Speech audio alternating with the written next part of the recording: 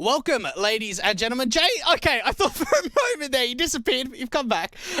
So that's already getting the production fantastically started. Welcome to the Tier 2 awards for EU and CIS Counter-Strike. Jay, it's been a pretty interesting year, I want to say, when it comes down to Tier 2 CS.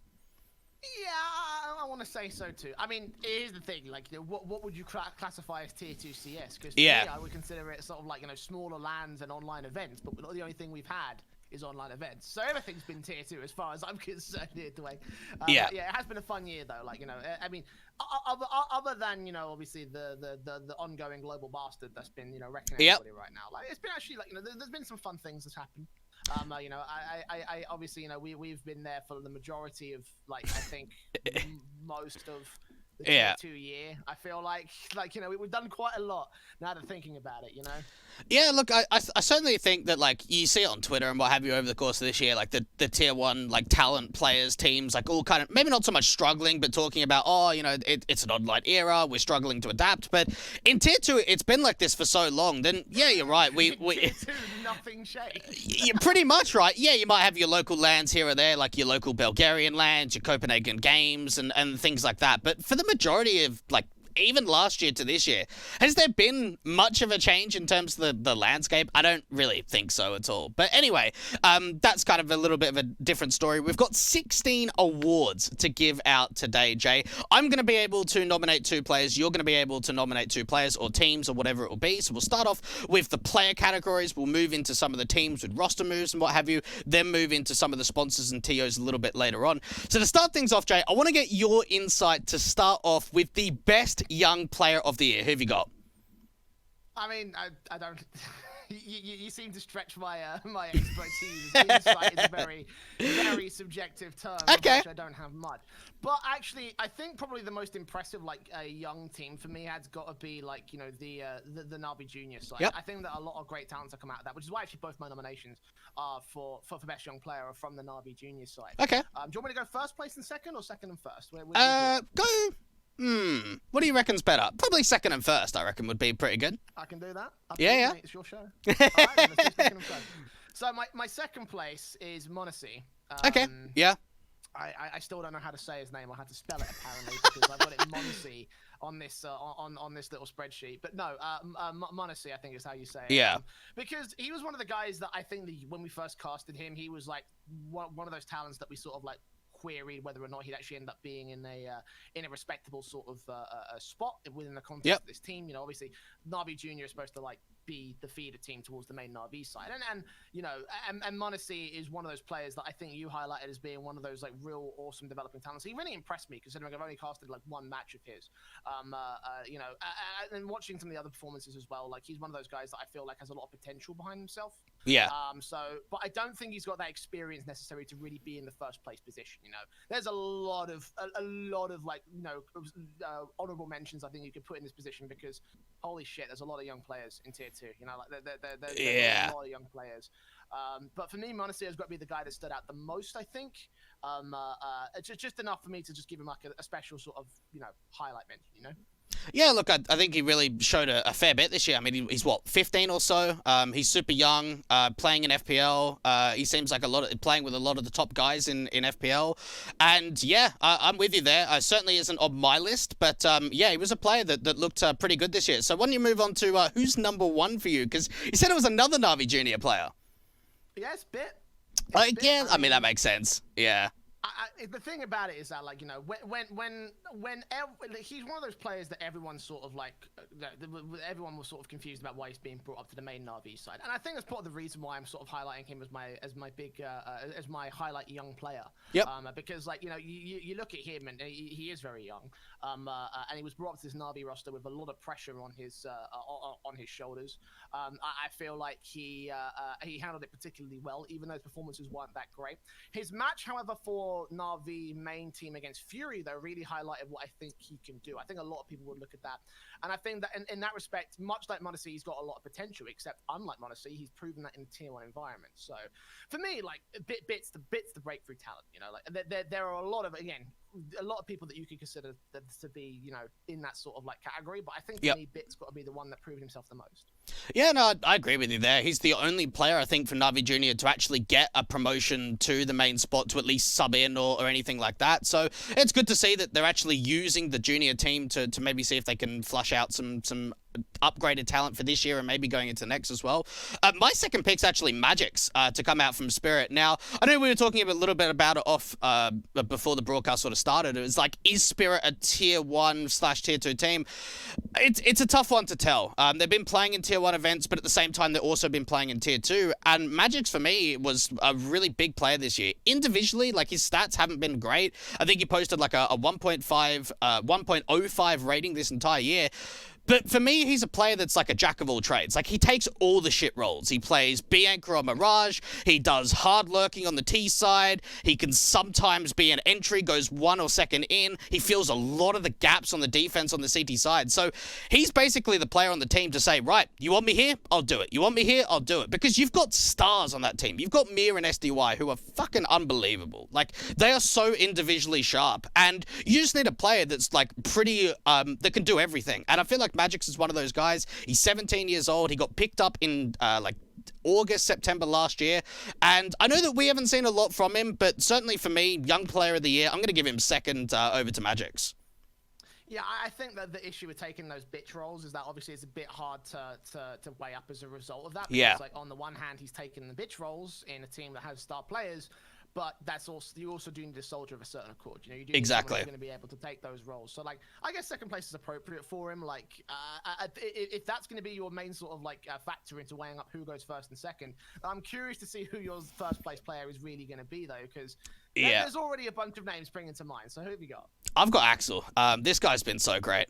He's 18 years old. He was on the actual Gambit lineup before they went over to Gambit Youngsters. What a year he's had. Like, I feel like certainly on Gambit, you've got like Shiro and Axel. Maybe Shiro's certainly the one that gets talked about a lot more than Axel, but like, this guy is incredible.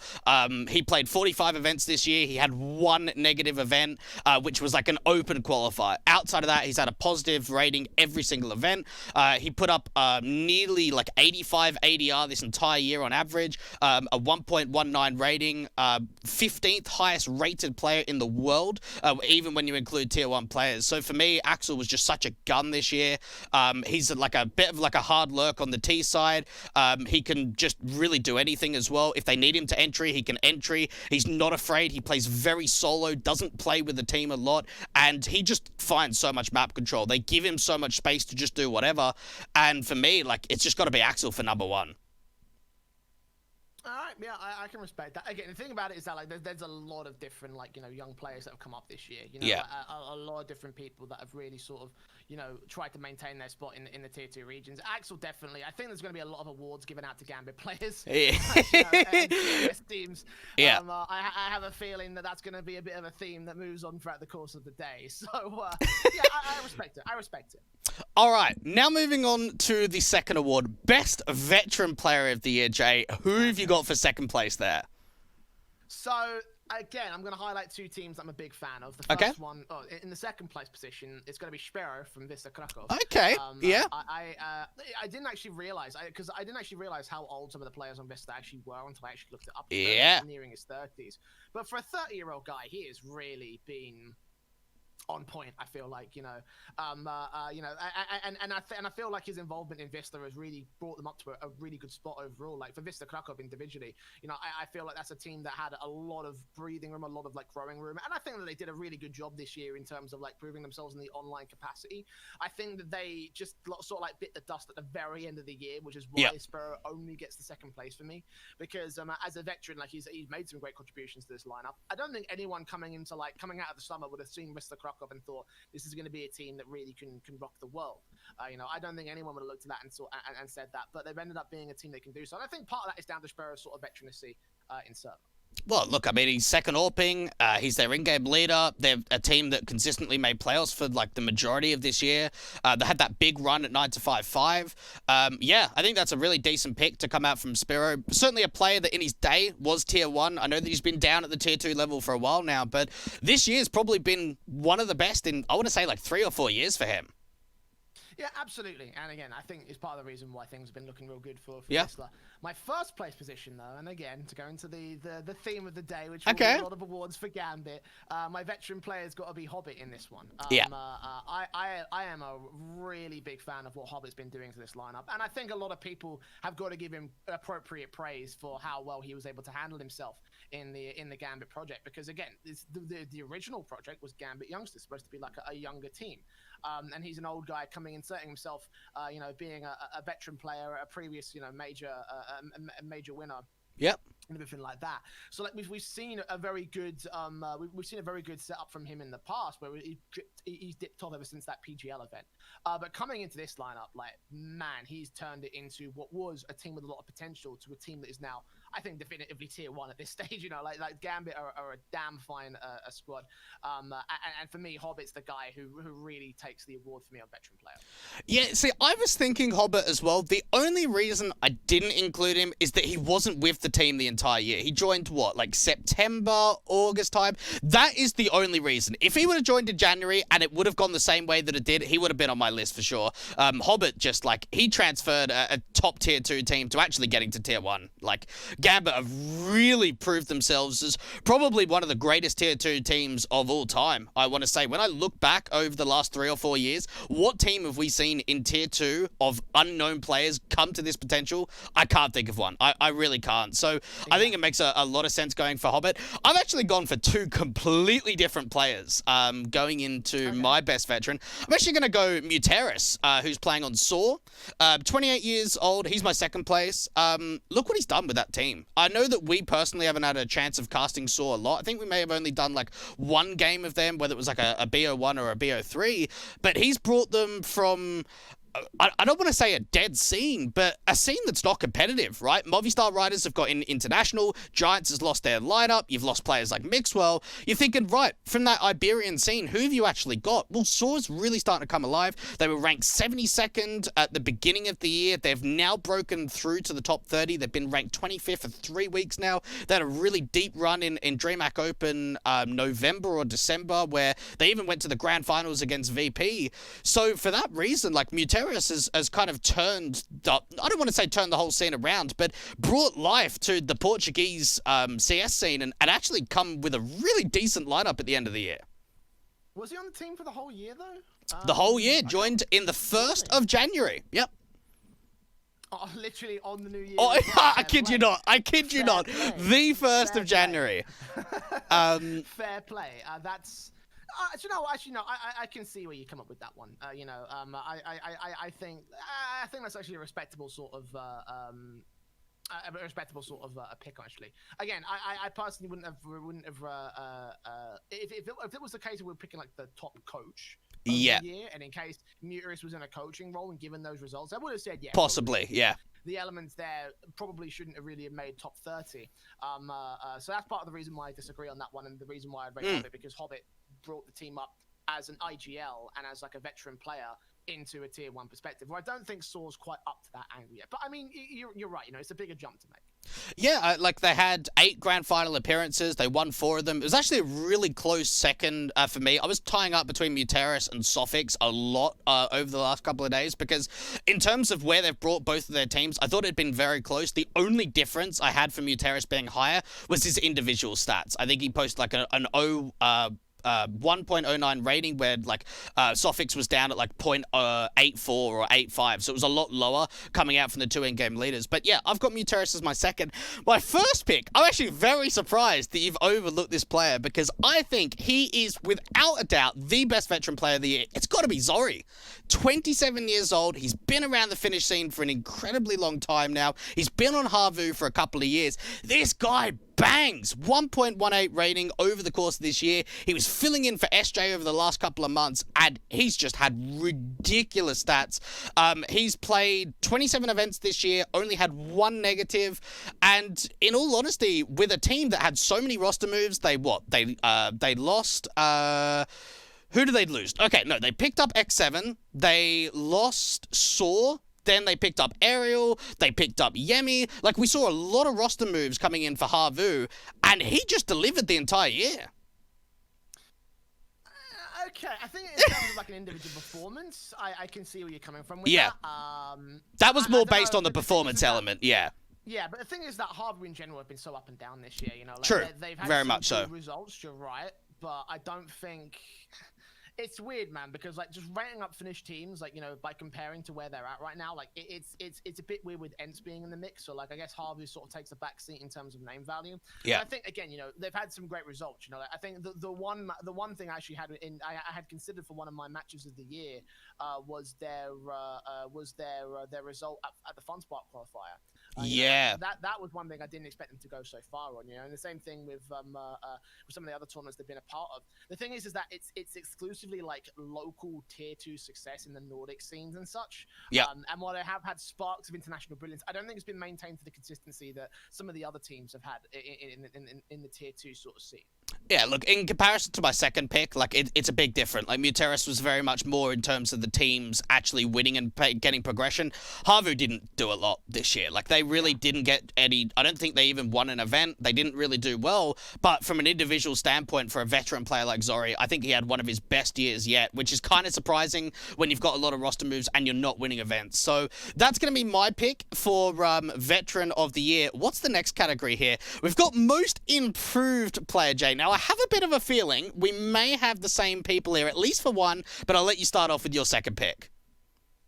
Well, actually, this ties well into the last award, actually, because my second place pick has got to be Hobbit again. Okay. I feel like yeah. to Gambit Youngsters, he wasn't really doing much. He wasn't really impressive. I think that a lot of people had him written off as like a legitimate talent. It was only until after he joined that lineup that he really sort of started stepping up, not only in composition with the rest of the team, but also as an individual. Like, I can think of plenty of great moments that Hobbit had where he really popped off in a matchup to become the key element for Gambit Youngsters. And while I don't think that it's the biggest improvement of the year, I still think it's up there for me. It's a decent pick. Honestly, it's a player that really I didn't even think of to go into this category. But now I think about it, I mean, he was on like Windstrike before he joined Gambit Youngsters, and like they weren't really doing well. Individually, he wasn't doing really well. So when you put it like that, I mean, it's a decent category for second place. Yeah, I mean, again, there's a lot of different people that you could pick and consider improvements, but I think the guy that stands far and beyond, and I'm curious to see whether or not we do have the same pick on this one, because my pick for Most Improved Player of the Year is Flamesy on Endpoint. Oh, no, I didn't have it. You didn't have it, really? No, I didn't have it, no. Okay. Fair enough, then. I'll be curious to see what you have down. But you got to think about it. Who was Flamesy before getting picked up by Endpoint? Like, he was on Tiki Taka, I think. Was that right? Is that correct? Or he played... He played on Aquus, which was like the Israeli team, and then he played on Tikatakan, and then he stood in for Singularity, and then he got picked up by Endpoint, and that was it. That was his whole year. By the way, considering the last player that Endpoint had was Thomas, that is a huge, huge fucking deal. You know, like for Flames to step up and then bring that lineup to where I think a lot of people would have thought that Endpoint CL side was going to crumble off the back of losing Thomas. It's like Flamesy is being their best pickup by far and away, like probably ever, I want to say, for that Endpoint side. And remember, he was a player that was nothing. Who would have looked at Flamesy and thought this guy was going to be a capable individual? And it's like, well, now he's on Endpoint, and I think honestly he's got even further room to grow. Like, you know, he's had such a skyrocket of a year, and I think that it's going to get better from here, especially with the new Pro League coming up. Like, I think that if he can gel well within the Pro League sort of infrastructure, then he could be on a call up for a number of different lineups. You know, like we obviously know that there are teams that are trying to build rosters around, you know, they're actually trying to build teams as opposed to just picking up one in wholesale. Like for Cloud9, for example, you know, like for sure there could be space for this player, I think, on a team like Cloud9 or a Complexity, for example. Like if things work out right, you know, Flamesy could be a real good prospect. And I think that this year especially, he's absolutely just popped off. Yeah, I've got him a little bit later on, but yeah, no, he's had a good year. There's no other way of putting it. Certainly, he's delivered. I think on Tikatakan, he was maybe not so much a standout player, but one player that we looked at and was like, okay, this guy's pretty decent. He joins Endpoint, and it's like, geez, like look at what he's done at the end of the year now. So yeah, I think that makes a lot of sense coming forward. I was a little bit surprised you didn't go with these players. My second pick's actually going to be Hades from Wiz the Krakow. Where was he before joining this team, right? Was not on any professional teams. He played on the ROG Masters event with like, is it Azarko? I don't know, is the guy that like owns Azarko Boars or is involved in some description. He played with them, He played on One More Time, which was like a Polish team with a couple of players from Aves in 2019, but not really anything. He joins Whistler in April this year. No one's really heard anything about him outside of, like, if you're involved in the Polish scene, you've probably heard of him a little bit. If it's just like me and you, we've never heard of this kid. He's been a standout AWPer. He's been really consistent. He's put up like a 1.13 rating over the course of this year after now joining up with the Whistler side. He's brought them into some trophies, some top 4, top 8 placings as well. And for me, like, he's a great AWPer. He's a decent clutcher, good in pistol rounds. So for me, I think Hades has come out of nowhere and actually been a pretty strong player this year. No, actually, I think we're thinking along very similar lines in terms of like my first place and your second place. It's like, you know, who were these players prior to their current lineups? And it's like, well, they weren't anything, and now here they are being very, very key elements, I think, of their lineup. So, like, you know, it's a good explanation. Actually, I can't think of any debate points. The issue with picking awards for tier 2 is the fact that there are so many candidates. There is for these categories, and yeah, I think that honestly, if I had to give an honorable mention, only one honorable mention, Hades would have to go there. I think he definitely has been, you know, one of the better elements for this for this Vista side. So yeah, I mean, fair fuck. So I completely agree. This is my number 1 pick. I'm so surprised you leaned away from this. Mezzy, I mean, what a year he's had, right? Oh yeah, of course. He was on London Esports in 2019. He played for Vexed in 2019. He played 2 seasons of Advance in 2019. He joins Game Allegiant. They played 2 seasons of MDL. He's looking like, okay, he's a pretty solid player on Game Allegiant. Gets the big call-up, fucking monster call-up out to Cloud9, and everyone from the UK scene's bloody celebrating. Like, I can't believe this has happened. Messi's actually getting a chance at a top team. And in the games that we've seen from Cloud9, he's probably been the most impressive player on that side. Yes, maybe statistically he hasn't been that fantastic, but when we see him in the clutch scenarios and we see him multi-fragging, Messi to me has been a standout player and certainly a massive improvement in this year. I mean, even then, individually, I'd say he's been very capable on Cloud9. And you got to remember, he's not even, like, supposed to be like an entry fragger. His role is support. You know, he plays that role to a T. Like, you know, he has been absolutely fantastic. Do you know what? Honestly, like, I'm shocked I fucked that. I think what it is that, like, I'm a little bit marred by Cloud9's performances as of late. So I've sort of, like, I think mentally I've sort of, like, thrown them in the bin. Even though I probably shouldn't really do that because, like, again, just talking about, you know, the likes of Flamesy being picked up potentially by Cloud9, it's like, well, that actually could be a big possibility. You know, like, again, Cloud9, I think that a lot of people have been disenfranchised by their performances late, which is why I probably didn't figure that. But no, again, fair fucks. That's actually a really good point that I never really considered, and I won't lie, Messi didn't even cross my mind. But no, again, another honorable mention there goes to Messi, actually. And before joining Cloud9, he did not play a single map against a top 20 team in the world. He's joined Cloud9, and I think he's played like 17, 18 maps against top 20 teams where he's looked good. You know, that for me is like, it's got to be the most impressive play. He's gone from playing Advanced last year to MDL to now playing Tier 1 teams. Like, how other way do you put it? He's been great. I know that we haven't seen a lot from him, again, considering he's kind of, like, even for Game Legion, we didn't get to see him too much on there. I know that we casted Cloud9 a couple of times in, like, the last 9 to 5 Cup. But yeah, that's who I've got for the best veteran. Now, this one, I can guarantee we should get both players, right? Best player of the year. Who have you got for number 2? Here's the thing, for number 2, I didn't really pay much attention to my pick for number 2. Because I was so focused on number 1 that I was just so tunnel visioned, and I just put down. Yeah. I just did like a minimal amount of research for the second place pick, because honestly, like, I think that this player probably deserves the tier 2 player of the year. My second place pick was Kicker for Virtus Pro, because I think it's been a like I said, I didn't put much thought into this. Okay, all right.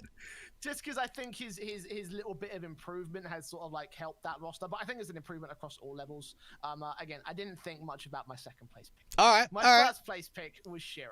All right, because he is fucking mustard. Like, I was so focused on giving this guy the first player pick of the year, and I was like, I had to double, triple, and quadruple check to make sure I wasn't being an idiot about this, because it's like, I feel like Shiro is the kind of guy where if Gambit Youngsters fell apart tomorrow, he would be the guy who rises from the ashes and becomes the Yeah. dude, you know, like the guy, you know, like and has like a future. I don't think that's going to happen in realistic terms, but it's just like Shiro is the element that's really the really, I think, I don't want to say defines who Gambit are, but I think they are that he's like the guy that really makes the team, I think. Yeah. You know? Well, look, I think for this one, for me at least, I thought it was a no-brainer. To be fair, the second and third place, I was actually juggling up for a while. I had Shiro, Dexter, and Axel. Like, between those three guys, you're going to have a top two. And I ended up going with Dexter only because I gave Axel Young Player of the Year. I thought, you know what, Dexter's actually been pretty impressive. He's looked really great this year. A player that's kind of come out of nowhere. He joined a Sparta in, like, April last year. Had a pretty average year. In 2019. Didn't really do anything. Had a couple of decent events every now and then. I saw him a couple of times and was like, okay, you know, this guy could be okay. You know, just another one of those CIS Orbers that are like always kind of crazy, you know, could do decent. And this year he's just really done like incredibly well. And I think it comes down to the additions of Sophics and Dima, right? You add in that experience factor because Sparta in 2019 had like so many youngsters that had no experience. They've added in a couple of players. They've added an entry of Dima and an IGL of Sophics, and he's just come alive. He's been destroying it in the tier 2 scene. 1.25 rating on average this entire year. Positive 1,679 KD differential, which is just so crazy when you think about how high that KD is. Nearly 300 maps played. I don't really have anything else to say about him. He was ranked 4th highest rated player of this year. You had Zaiwu, Simple, Shiro, then Dexter.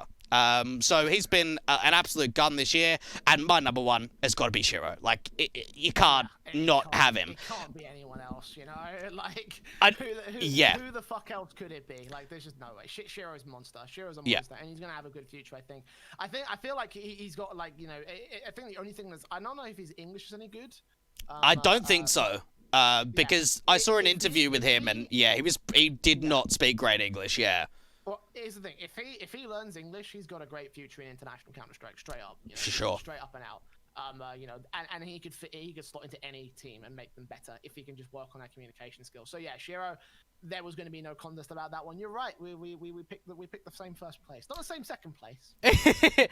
like I said, I didn't give that one much thought. Right. So. Well, I mean, even to add onto Shiro, like, I even look at him as like a bit of a Xantares from 2017. Like, although role-wise they're completely different. Like, you got a Rifler in comparison to an AWPer, but like Xantares was so far ahead of everyone else on those Space Soldiers Day when they were grinding tier 2. That's kind of how I look at Shiro now.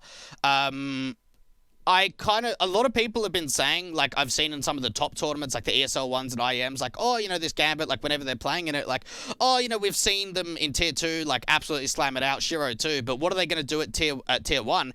Well, Shiro's posted a 1.18 rating against top 5 teams in the world on average. Like, that's just proving it right there that he can do it in tier 2 and he can do it against tier 1. So I'm glad that we did get on to one player, Jay, that we've finally got the same. Now it's time to move over to the biggest play of the year. So I want you to just mention your two. I'm going to be able to show them up onto stream. I'll mention mine as well, and we're just going to show them all at once. Okay, So do you want me just to list them out and then we just list them out and then we'll watch them, yeah. Okay, well, my second place was Flit Engineer 2v5 against Pact during 9 to 5. Yeah. And my first pick was the HS 4K versus Gamer Legion during multiple crazy. 2. Yeah. All right. Well, I will admit, by the way, I'm being a bit of an egomaniac because both of those are 2 clips that we cast. So I did have a couple in contention, but it's just like those ones stood out to me for personal memories, and I feel like a lot of my list has been down to my own personal perspective on things. So I wonder what your biggest plays were for the year. Well, my second one's going to go to Bialy's 1v5 against Crazy out on Inferno, and then Prism's 1v5 against Complexity back in Home Sweet Home.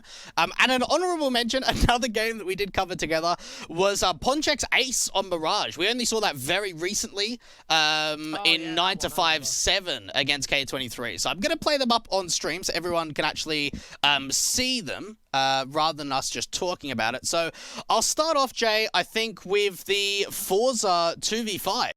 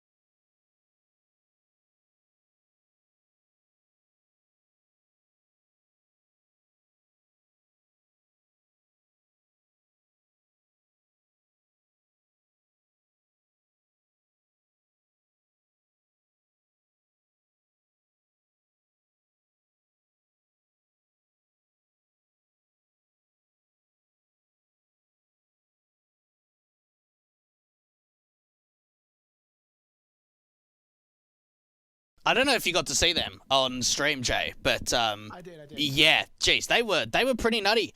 Right, okay, so we've got through the biggest play of the year, biggest match of the year. Now, I think this is probably again very difficult to choose up because it's kind of like, okay, how do you look at it? Do you look at it as being like a lot of overtimes, a lot of clutches, a lot of big plays? What are you going with for your second place for the biggest match of the year? So this was a tough one. I had to weigh through a shit ton of matches. I probably spent the last 2 or 3 days just sifting through VODs trying to make a final decision. I was just sort of like, oh god, here we go.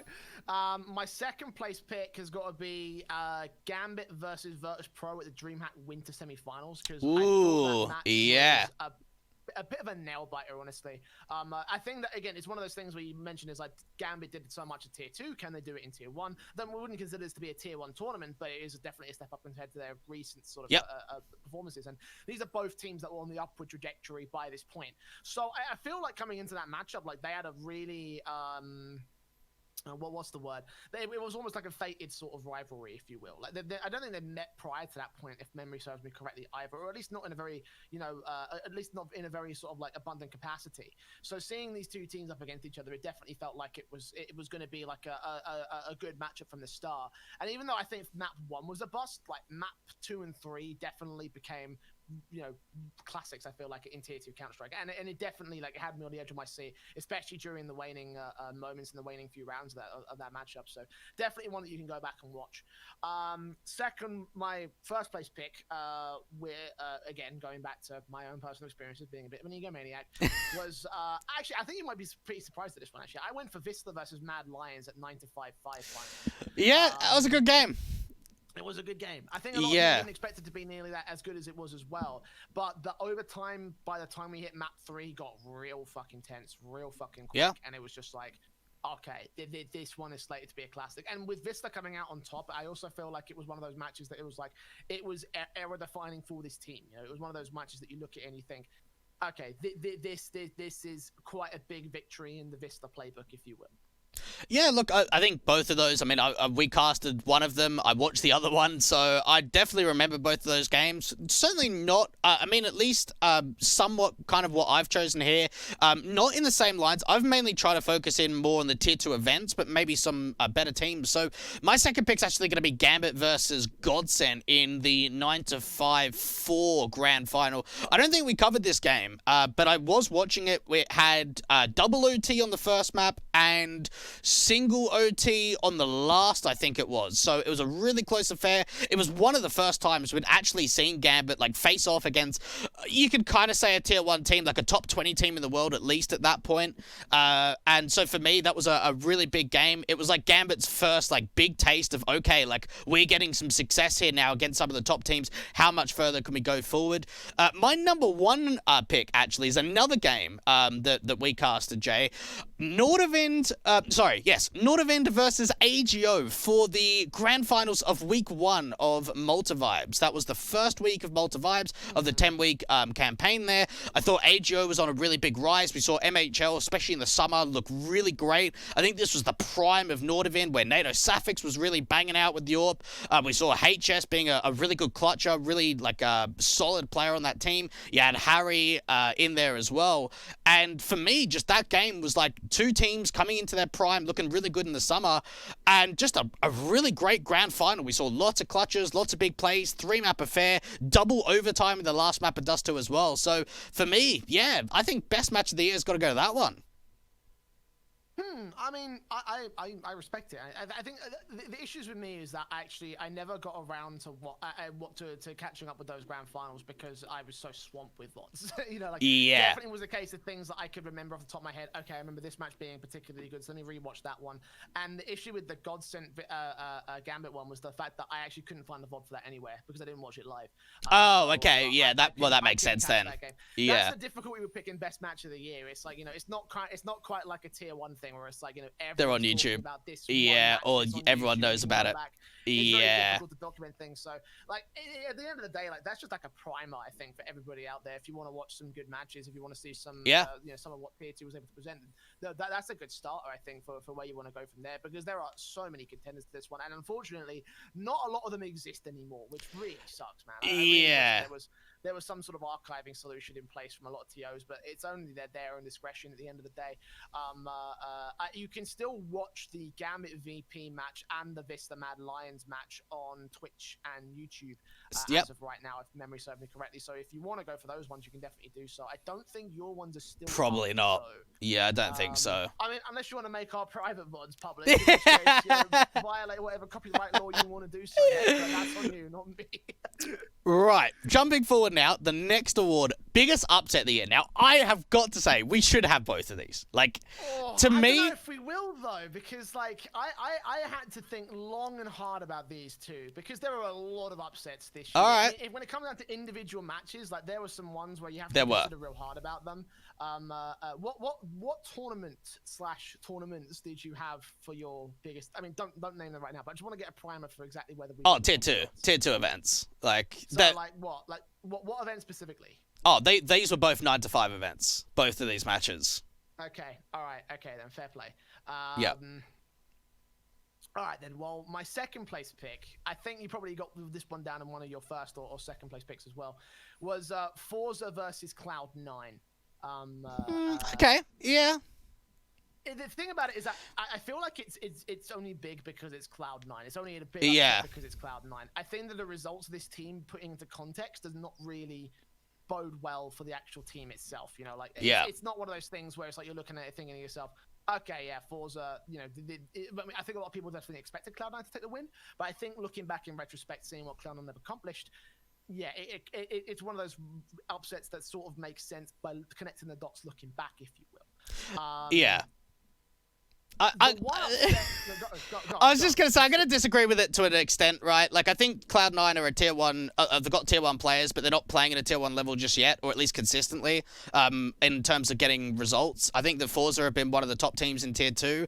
So, it was an upset. Whether it was one of the biggest upsets, I probably wouldn't have thought of that game, but certainly off the basis of the hype around Cloud9, maybe Forza being a little bit inconsistent towards the end of this year, I would certainly call it at least an upset for that one. Yeah, and my first place pick, also from 9 to 5, this one from Cup 5, was Virtus Pro losing to K23 during the round of 12. You had that one? I had that one, yeah. Was that your first place as well? That was my first place, yeah. Yeah. Because, like, you look at those two teams, and it's like, you would have had Virtus Pro. I mean, obviously, there's always the Kazakh core clash, which is a bit of a rivalry all the time, but it's like, you consider who these teams are. Like, Virtus Pro are edging on the edge of the top 10 versus K23, who are, I don't even think in the top 30 at the moment, if memory probably not. I don't think so. Borderline. Yeah. But, you know, like, it's like, the difference is so huge. To see K23 go above Virtus Pro in that match, that's a huge loss for VP. Yeah, I'm going to touch on that a little bit in a second, because that is certainly my first one. My second pick, actually, is Whistler, taking down Sprout Mad Lions. You've got to think of it from Whistler. They're a team that have consistently made playoffs. Have they taken trophies home? No, they haven't. They're facing off against a top 20 team as Sprout. Well, they got, what, outside of 9 to 5? Did they win anything else? No, just that 9 to 5 one. Yeah. So, they might have won a lot of vibes, I think, actually. So anyway, whatever it is, they hadn't won a lot this year, and they've come into this as a replacement invite for MIBR. They take down K23 in a pretty easy series, I want to say. Pretty tight, maybe not so much close, but it was pretty simple for them. 2-1 there. Then they take on Sprout, and I'm looking at this. I know that we covered the other bracket, or the other side of the semifinals, so we didn't cast this game. And I looked at it, and I was like, mate, Sprout are just going to pump them. Like, I don't think Whistler are going to put up much of a fight. It goes to OT on the last map. They end up coming back from, like, I think, like 10 to 15 down, winning an OT. Then they go up against Mad Lions. Now, Mad Lions, I would say, are a Tier 1 team. Yeah, maybe they've had a couple of roster moves, but they're a team that are playing in your Flashpoints, your DreamHacks. Like, they're a big-name organization. And you've just got to think, experience alone, Whistler can't do this. And they do it again. They have a big victory. You said it was like one of the matches of the year. It went down to like double OT on the last map. It was a really close game. They just edged through. But for me, that's got to be the biggest upset of the year, or at least my second pick. mean, I think in terms of an upset, it's a bit difficult to weigh up. I mean, in terms of both results, like, yeah, together, yeah. I think the reason why I wrote it off initially was because obviously Mad Lions, even though they are competing in what you would consider tier 1 events like US tier flashpoints, is the fact that, I mean, they're a team that don't do very well in those S tier events. And that's the reason why I consider them to be like a borderline team. And they're only really getting so far because they have the money in the backing to get into those kind of events, or to get invites to or into those necessary events. So when it came up to Vista Krakow, like, yeah, I think it could be considered an upset, but I wouldn't consider it one of the bigger ones of the year. But I respect the idea. I respect, obviously, the run itself. But VPK23, why is that your first place pick? I just want to run you like some of the stats that I actually wrote down prior to this match coming through. VP had won 44 out of their last 54 maps in the last 3 months. That's over an 80% map win percentage.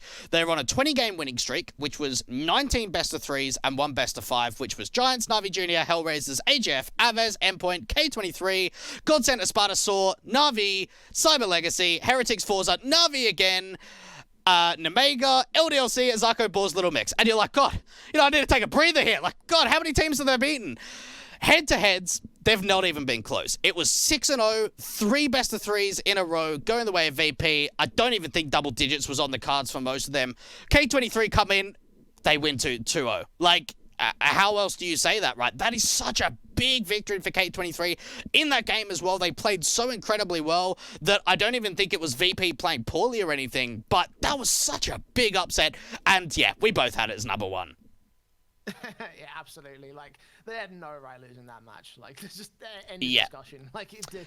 I mean, it is more. I guess people are going to make the argument it's not as big a tournament, but at the end of the day, I think with how dominant 9-5 was, it kind of earned a lot of people's respect. Yeah. So, and in the online era as well, it's like, we'll let that be what it is, Right, going into award number 8, best team of the year. Now, I'm pretty certain we're going to get number 1 together. Number 2, though, I'm not 100% sure. Who have you got for second place? So, exclusively because of their MDL run and promotion to Pro League. I know where he's going. I have Endpoint for this one. Now, Endpoint was sort of like struggling to make it. I love the story of Endpoint, by the way. Throughout the entire year, they were trying to make their way up into the top 30 for the longest time. And every time they got a victory, it was just like, it's not enough, it's not enough, it's not enough. And it was just all the time. Like, as an Endpoint fan, we just sat there just like, for fuck's sake, can we not just break in at some point? Like, we are good enough. We probably deserve it at this point. And even after we got a tournament win in Home Sweet Home, we still weren't able to get that. So it was just like, for fuck's sake, like, can we not just do that?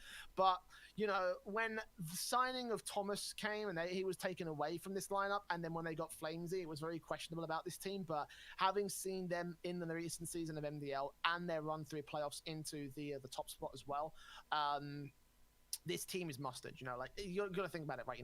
The fact that they're able to make it from what is essentially like a UK core and a UK background, competing at ice series for the past 4 years.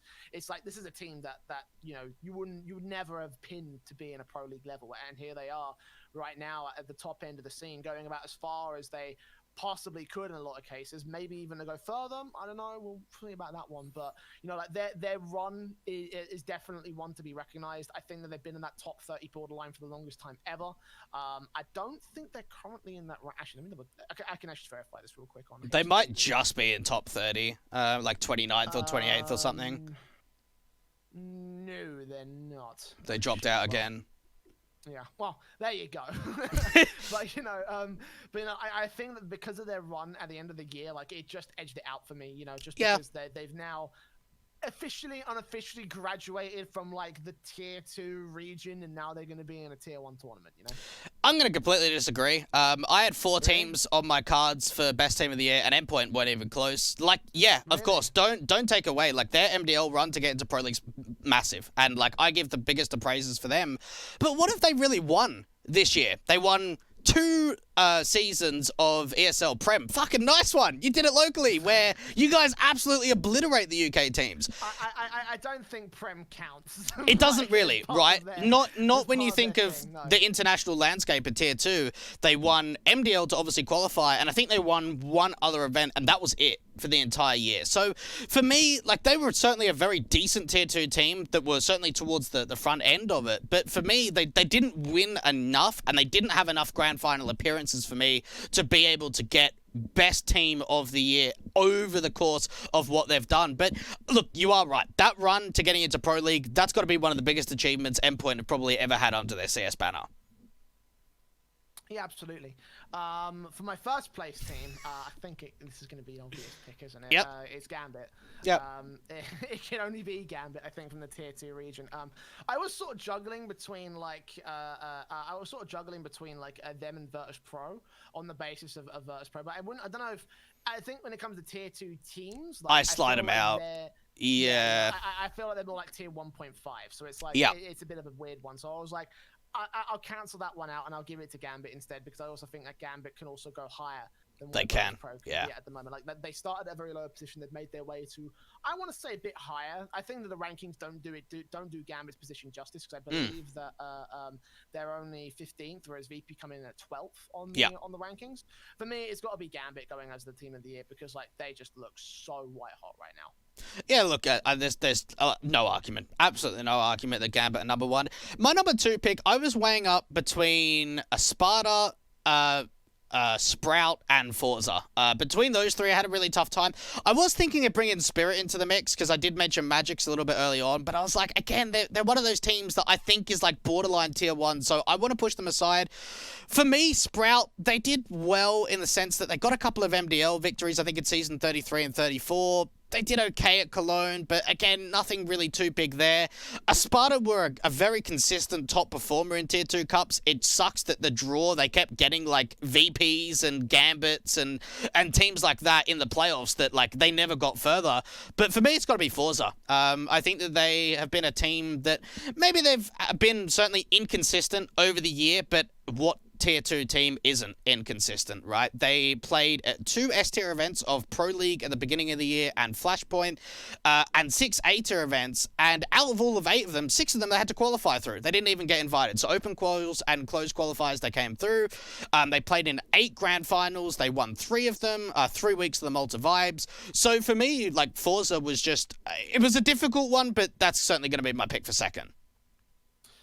Okay, I can respect that. You know, I think I definitely went with a more consistent pick over on the second place position. For sure. You know, yeah. Like, Forza did dip off towards like, you know, the end of summer and, you know, during their Flashpoint runs. So, you know, I feel like, again, it's respectable, I think, in terms of just sheer trophies. Yeah, it's tough. It's tough with Tier 2 teams because they are so inconsistent. Like, you'll get summer runs that are great and then winter runs that aren't. So, to get a team that have done... During the first draft of these categories, you had, like, most consistent player award, and I was like, how the fuck do we even start with that one? It's tough. You're right. And yeah, first place has got to be Gambit. They've placed in 13 grand finals. They've won 11 of it. I think they've won about 370,000 USD this year, which is just so much money. Like, ridiculous amount of money. And pretty much that was just them, like, grinding Tier 2, like Malta Vibes, 9 to 5s. What else they play in? Home Sweet Homes, they might have played in a couple of them, won a few of them as well. Like, they've just won everything. The only 2 grand finals they lost was Lootbet Season 6, where they lost to Heroic, and Lootbet Season 7, where they went down to Godsend. So, that's, like, Tier 1 teams. But yeah, I think that makes the biggest amount of sense that they're number 1. Now, this one, I'm hoping that we get the same again, Jay. Best roster move of the year. Who have you got for number 2? I don't think we're going to have the same.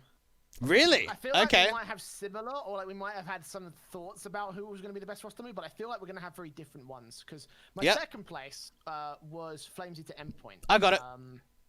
Oh, you got it in second? In second, yep. Okay, all right. Yeah. The reason why I say that obviously is because that was basically the move that got them into Pro League. You know, like him being where he was, and again we mentioned him, of course, being one of the most improved players of the year. We mentioned obviously with, you know, how he sort of formed himself up and how he's become sort of like, you know, the new crutch, if you will, of Endpoint. Like, you know, his pickup single-handedly got Endpoint to the position they are at this moment. So for me, that's got to be a big pickup. And you got to consider as well, no buyouts, no previous contracts. Endpoint didn't spend a single cent to get him. Yeah. So the moment someone comes knocking on the endpoint door to get a buyout, like they've made like so much profit out of that. Yeah. You know, so like, you know, just thinking about that, just the value that he's been to this endpoint lineup is just fucking huge. Yeah. Absolutely fucking huge. And I think that whether he stays on endpoint, whether he moves on to greener pastures, either way, endpoint win. Pete's a smart man. I know he's gonna be able to get a lot of money off of Flamesy's sale. So you know, like. I think that's probably the second place. The only reason why I put it second place is because it's a very new roster move. Yep. And it's only just come into effect to bring Endpoint up to that position. And obviously, you know, my first place position has a lot more impact in that particular respect because my first place pick was Hobbit to Gambit. Yep. Did you have that for first place as well? Yeah, we got both. Okay. Yeah. So we got both of them. There you go. Yeah. we actually agree on something for once. No, you got to think, like, when Hobbit was first picked into Gambit, we criticized the shit out of that. Like, we looked at it like, this is not going to work. Like, you know, Supra should have been in that position. That roster worked so well together. I feel like it still had a bit of a ceiling, but it's that one thing I think Thorin mentions a lot. It's the art of cutting a player 1 year early as opposed to 1 year late. And I think that maybe they got that right on that front. I think so. You know, I think that there was a bit more of a ceiling that the old Gambit youngsters could have hit, but it wasn't quite as high as where they've gone to right now. And with Hobbit in that fold, like he's been the glue. Like he hasn't been the player that makes the lineup or defines the lineup, but he has been the one that completes it, I feel like. Yeah, I mean, just to touch back on Flamesy, right? He's a free agent. Like, God, business decision, that's the best one Endpoint could have ever made. And as well, the roles make so much sense. Thomas was a lurk. Flamesy's a lurk. Like, everything lined up so perfectly for Endpoint. They lose Thomas to Envy and you're thinking, fuck, like, who do we go with here? Thomas was a big player. He was a big star for Endpoint. And you're kind of looking around, you're thinking, okay, you've got, like, this tick attack inside. You've got, like, Jury, Aben, you've got Spinks, you've got Red Star, you've got ACL, you've got, like, all of these, like, players that are, like, your Pug Gods, your FPLC, FPL stars. What can we do with them? Well, let's pick up someone that role-wise matches really well on a free agent. They pick up Flamesy. They qualify for Pro League in an addition of less than 2 months. Like, that just says it all. Really, he's done incredible. He's probably been the standout player for me on this Endpoint side. The most impressive player without a doubt. So that makes just such an easy decision for me. I didn't even need to do research on this one. I was like, Hobbit and Flamesy? Yeah, simple. And straight up. It makes the most sense. Hobbit coming through, look at what he's done, right? I think we did criticize him because we saw the Gambit run. Like, the Gambit run started before he joined. They were winning events, and I looked at it and I was like, this is a bad decision. Like, you've got, like, this washed-up old player that, you know, maybe it brings the experience factor, but you've got this young team that are really thriving. They're having deep runs. Hobbit joins, and individually he sucks. Like, the first couple of weeks, he really struggled to keep up with the youngsters. Give it 3-4 weeks, he's back, and he's on top form. He's brought them to another level. He's brought them to almost a tier 1 landscape now. He's brought them more trophies. He's brought them more experience, and he's moved the team up to 15th on the world, which is such an astonishing goal. So I am actually very glad that we got both of these correct, Jay. We got the same ones. Yeah. No, absolutely. And again, like, you talk about how much Hobbit improved after joining a few weeks after joining the Gambit side, and it's like that's part of the reason why I had him down as one of my most improved players of the year. You know, like, it's just the roster moves, they were no-brainers for best ones. Yeah. Worst ones though is where I'm going to get real interested to see what you put down, because I feel like we've got very different approaches to this one here. Who are you gonna go for second? Mine make a lot of sense, but maybe some people. Actually, no one's gonna question what I say now. Now I think about it. Go on, who have you got for second? Wow, the fucking ego, Jesus. No one's gonna question. My second place was I was tempted to put down a bunch of roster moves in second place, but I figured it's only fair we just do one roster move. And this one sort of like defined the collapse of Nordavin for me, because it was when they dropped HS. Yeah. The reason why it comes second place for me is because it is justifiable, because HS mentioned, obviously, in tier 2, there's not a lot of cash to sort of like sustain talents of his level. I also feel like HS is in a bit of a bad position because after leaving, he hasn't really gone on to done nothing. Go to another team. Yeah. So like, I also feel like on his end of things, it is justifiable, but also a bit of wasteful on my part. And obviously, that's what ultimately led to Nordavin just completely collapsing for my money. My worst roster move, though, and I established this to be the stupidest thing ever fucking done, was Thomas moving to Envy. The simple reason is because Envy spent a lot of money to get him. Yeah. What the fuck have they done with him and with the rest of their team in general? There was a stat, I think I can't remember who it was. I think it might have been Pythrower, if memory serves me correctly. Yeah. Someone in that sort of meme stats, commenting about how Chaos have won more trophies in like a 3-month span than Envy did series. You know, and that's part because Envy not playing anything, but it's just like you spend all this money to pick up this guy who moves over to the North American scene, and then what? You know, like then what? What's happened? Like where's it all gone? Which I established incredibly stupid, because it's like Thomas had a lot of potential, and I feel like he's just being completely wasted over there. The thing is, though, that's the thing. I don't think it's his fault, right? Like, he moved over because obviously the signing. Like, you're getting a lot of money moving over to Envy than Endpoint, but they're just not playing in anything. Like, they're playing in Flashpoint. They're not looking that great. I feel like Thomas was a bit impatient with that move, though, because it's like, you know, could have stayed at Endpoint. I feel like if you stayed at Endpoint for like an extra few months, and it's like, you would have been able to compete in a European tournament, you would have been able to move them forward. And again, for Endpoint, obviously, they're laughing because they sold him off the right and picked up Flame a bit further. Yeah. But for Thomas, obviously, to stick on that lineup to keep competing on an MDL level, like, there's a chance he could have been called up to Cloud9 if he just held in there for an extra few months. It could have been. Yeah. I realize you've got to take the opportunities as they come, but it's like that's a possible reality. You know, like at the end of the day, you know, like maybe we could be seeing Thomas and Venezi at the end of the, or maybe we could be seeing Nezzy and Thomas combining together with Alex, basically making a UK core of some of the best players that the UK has ever spat out, and then they could be the new Cloud9. Then we could be talking about a completely different branch of history, essentially, if Thomas had just held off for a little bit longer, you know? And I feel like it's part of the lack of foresight on his part and lack of patience, and Envy's just lack of willingness to do anything, which, let's be honest here, I don't think Envy give a shit about, you know, Counter-Strike as a whole. Like, it's very clear on the fact that they're not entering their team in any competition other than Flashpoint, essentially. They just don't care about CS, you know? And it's like, they spend all this big money, they've thrown it into a fucking hole. You know, they do shit stuff for like a shit organization, it feels like. Like, I'm just not a fan of the Envy project anymore. Like, you know, because they used to have one of the best lineups in all of Counter-Strike. I know. Their priorities have clearly shifted down the years, and I think it's just so wasteful to take that player and just waste him. Well, you know what? I think they're bad. They're certainly some bad roster moves. I've got some that are even worse. Right? Okay, my second one is Nasty trialing for Apex. God, this guy was awful. He was okay, he played 55 maps with them and had a .82 rating. Now, I'm going to take a little bit of a quote here from the sports director of Apex. Nasty has shown an incredible individual talent, but also traits of being a great teammate. We believe that to achieve greatness, we must build an environment that supports it. That's why we picked up Martin. It is also great to pick up a new talented person that we can develop to see how far he can go. He will probably impress a lot of people. Really? No. Absolutely not. Look, I don't want to be too harsh on the guy. He was not ready for this level. It is as simple as that. He got picked up by 7-7 Esports on a trial for Apex. His HLTV debut was with Apex, and out of 8 events he played with them, he had 1 event that he went positive, which was the Teliga League Fall 2020, a local Norwegian event.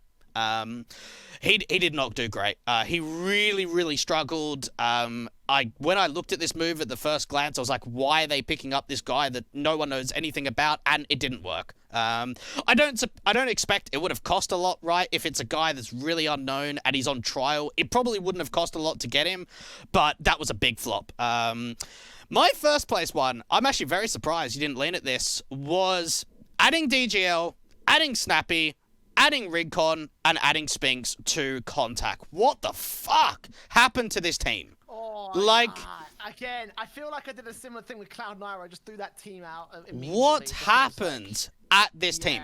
All of 2019, they were a top 30 team in the world. They even peaked at 12th. They got a 9th to 11th place in the Star Ladder Major in Berlin, right? Okay, they sign Crazy over to Contact, and you're kind of thinking, okay, like, where's this team going to go? They make a couple of roster changes. Letney gets benched. They pick up DGL as an assistant coach, and they pick up Snappy.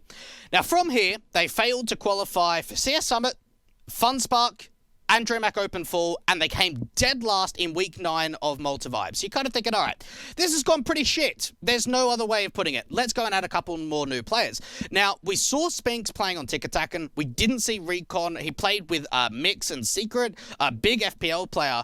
And I look at this team and I'm thinking, right, they're pumping money at this. Like, they keep putting money in. You know, they're probably, they've got some, like, pretty talented players on this. You had Smooyers filling in for a bit. You had Emmy, Letney. You had Ships that was on there. You've got Esperanto and Otto that were in their peak of their careers last year. Then things just get worse for this team. Weeks before Flashpoint, they add Rincon and Spinks. They go 2-3 in the Swiss stage of 9 to 5-5. 1-3 in the Swiss stage of Lootbet Season 8. Like, come on, guys, you're a top 20 team in the world, or at least were. Last place in DreamHack Masters Winter, and last in Flashpoint. Like, what else is there to say there? But my goodness, what a shit roster change this has been. I don't know who you blame, but you've got to blame someone. And is that down to the in-game leader? I don't know. But Contact this year, like, just their roster moves were terrible. It's as simple as that. I feel like Contact is more down to the backroom side of things as to why they failed. Like, you know, I feel like they made the right moves, but they just weren't able to handle them properly. So less about the roster move, more about the team itself. You know, maybe it is down to the IGL, maybe it's down to the coach. You know, I mean, they've got 2 coaches for goodness sake. They've got an in-game leader of Snappy who played on Astralis and Heroic last year. Like, come on. I think we definitely come at this for 2 very different perspectives, because I think you're right about that. Like, that team should have done something. You know, it should have done something. Something. Whereas in reality, they weren't able to do so. You know, but I feel like that's more down to disappointment on the back end side of things. I think if we wanted to give like an award, if you said award for, like, you know, worst organization in terms of probably, like, that one perspective, then I probably would have given Contact in that respect. I think it's less down to the moves themselves and more about how they were able to utilize those elements. But, you know, again, difference in perspective on that one. So you know, like, Again, I was more focused on the moves themselves, you know, and what they were able to do for those respective sides, and you were more focused on the teams and the players individually. And you know, you're right about the Apex side of things. You know, like, I definitely feel like that. You know, Nasty wasn't ready for it. I mean, he was a complete unknown to me before he came into that lineup. And yeah, there's definitely been some shockers this year, like, you know, as there always seems to be. But I'm curious to see who you have down for the other shit tier award that we I was just gonna say, this is gonna lean in really nicely to most disappointing team of the year. Who have you got for your number 2 pick there? Oh god, I wonder how there was a lot overlap. I wonder how much overlap we're going to have with this one. My second place pick, and I was very tempted to put these guys up first just because of the fan feedback and how much they wanted this team. When the fans wanted this team to be so good and they've just been so shit from the word go, is Organiser. Yeah, I've got them, Now, all due respect to the fucking guys who founded Organiser, because we know it's fucking Neo and Taz. You know, Neo and Taz are legends of the game. All due respect to that, but they just don't have it anymore. I'm sorry. Yeah. Let's lay that. Let's lay all the cards on the table. They don't have it anymore. They're not good players. They need to retire. They need to go do something else. And I understand that obviously the prospect of them moving into this Organiser organization does indicate that they want to try and do something in terms of active sort of participation in the Polish scene. Yeah. For Organiser, it's like, for them, like, I would imagine Neo and Taz being able to become, like, you know, dual coaches or something like that. But could be something. Yeah. Doing something like that. You know, I don't understand. I don't know what the business backing of Organiser is. I'd imagine it's probably like VC funded, with Neo and Taz being the guys something like that. Like, you know, behind them in that respect. But they're in the lineup, they're in the roster, they keep playing. And even though Taz, I believe, has gone on record to say, you know, if it's necessary for me to step back from the roster, then, you know, then that's what we'll do to make the team better. And it's like, but you haven't done that yet. You were still waiting on that to come through, and it's well past time. I remember Organiser first coming in. I didn't know the name of the organization the first time I casted them, and I was like, okay, Neo and Taz, let's see what they can do. disappointing as anything. And the only reason why I put this in second place, because those two guys were backed up by a bunch of really unknown entities in the sense that you got Raiko, Grusha, all these players that they're so unknown they don't have Wikipedia pages, and they did have some promising prospects. I think Prism was interesting, even though he's currently on a different team right now. They had Stomp there as well, who was also a known entity as part of the Polish scene. But it's just like Organiser, they never got going, and and they've not become anything. Which is the reason why I put them in second place, because my expectations were substandard, and they just didn't even reach those. And part of the reason why I put them in disappointing is because they're disappointing to the fans. Because a lot of people that look at this team and they're like, we want to see them do good, and they're just doing fuck all. Then they're not doing anything. And I feel like as well that there's a lot of people that keep inviting them on the basis that it's Neo and Taz. Stop. And it's such a wasted invite. It is. Spot. 100%. Just stop. Just stop until they actually get something going, because the team just sucks. I'm sorry, they just suck. Yep. The most disappointing team of the year for me, though, has got to harken back to Nordavind, though, because the reason why I put them up at first place in this one is because, at the very least, they looked like they had something, With NATO being in the lineup, I feel like they could have contested for like a higher spot in the tier 2 scene, maybe to replace him for another player later on and make an upgrade to try and go for tier 1.5, and that team possibly could have done something in that respect. And I think that we looked at them seeing HS in there as well, thinking he could be a sale that could, give Nordavind some funds, and then they can rebuild a project around some of their other players. But it all just fell apart, and it all fucking capitulated underneath themselves. And the reason why I put them above Organiser is because they, at least on paper, had something from my perspective. Organiser didn't. Nordavind, for me, I think are probably one of the more disappointing teams of the year. I've realized there's a lot of contention in that one. I also thought about some honorable mentions. I thought about Alternate Attacks, for example. Those guys were up there because they had a ridiculous summer run. I thought they were going to become the next best thing in Germany, but then they fell apart as well. I had Apex in there as well because they had some signs of brilliance, but I also feel like bringing in Nasty really crippled them. But I don't think it was like a full roster capitulation in the same sort of spectacular fireworks that Nordavind had in their own respect. Yeah, I'm going to disagree to an extent, right? I think that Nordavind are one of the only teams in Tier 2 that died because of roster changes, right? I certainly feel like a team like Organiser, like, they made roster changes and they were still shit. Like, at least for Nordavind, they started out good, they made changes, then they went bad. So for that reason, they're not disappointing. It's just like they lost their star players and they just never rebuilt. That's the way that I kind of look at it. I had Organiser as my second pick. Like, how else do you go around it? I think when this team came alive, I looked at it and thought, okay, here's a chance to maybe see what some of the youngsters can do. We've seen Prism be around, Stomp be around for a little bit. Don't really know anything about Prism and Raiko. They win 30 out of their first 90 maps. And you're thinking, okay, this isn't looking good. And look, I remember we casted a lot of Organiser when they first came onto the scene. Too much Organiser is what I want to say, mate. Like, and fucking hell. It got to a point where it sounded like we hated them because they were just disappointing series after series after series. I mean, to be fair though, they got to a point where I was just seeing so much of them being so bad, I did start hating them because it was just like. They don't deserve to be here. We'd get up. What's the match on today? Oh, Organiser. Brilliant. Fucking hooray. Yeah. This is exactly what I wanted to do with my day. Cast a shit team with washed up players that don't know what to do.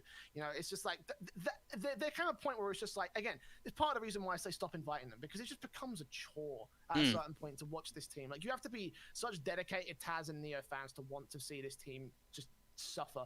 Essentially, Like, I don't want to see that. If nothing else, to protect the fucking respect that I have for these guys. It's like, do I have to watch them get shit on again? Like I do actually hate Organiser, and I hate the project. I will straight up say that. It hit that point for me. It hit that point for me, But at the very least, they were never really in contention for the top team in Tier 2. No, they weren't from the get-go. I mean, I think they had like 3 5th to 8th placings in playoff runs of like a Home Sweet Home event, a Multivibes, and then CSGO Fast Cup, I think.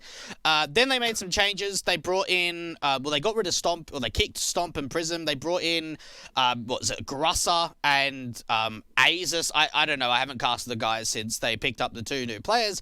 And then things just don't get any better. Last place in Legend Series, last place in Play for Belarus, last place in 9-5-5, last place in Esports Tour. A lot of last places. Like, holy shit.